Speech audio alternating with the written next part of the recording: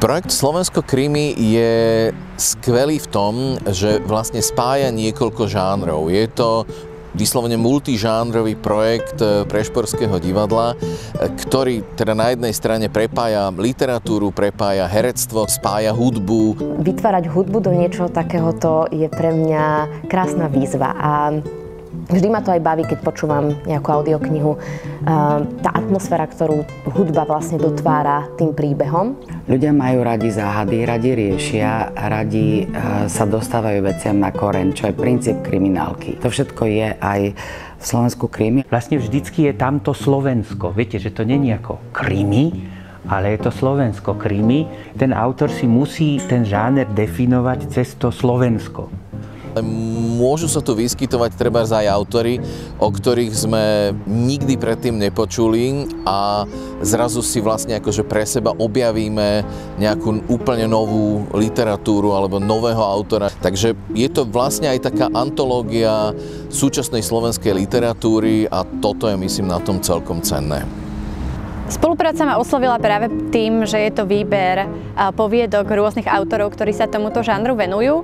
A tak sa veľmi teším, že prišla takáto možnosť a že som ju využila a verím, že výsledok bude stať za to.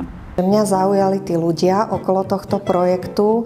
Či už robím výstavy, či už robím hocičo, tak pre mňa je ten ľudský faktor na prvom mieste, kto to robí a ako to robí.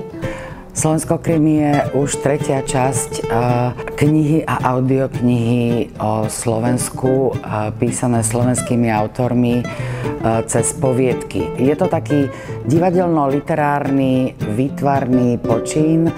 Môj obraz Priatelia sa stal námetom poviedky. To tajomstvo, ktoré je skryté v obraze, je istým druhom tajomstva, ktoré je súčinné s tou poviedkou. Kriminálna téma spojená s počítačovými hrami, čo je vlastne moja próza, tak to je čosi, čo už vo mne trčalo dávnejšie a takto sa to dostalo von. Myslím si, že slovenská literatúra si zaslúži stierať hranice medzi tzv. Vysokou a ostatnou literatúrou práve tým, že tá ostatná bude tej vysokej stúpať na pazúrky.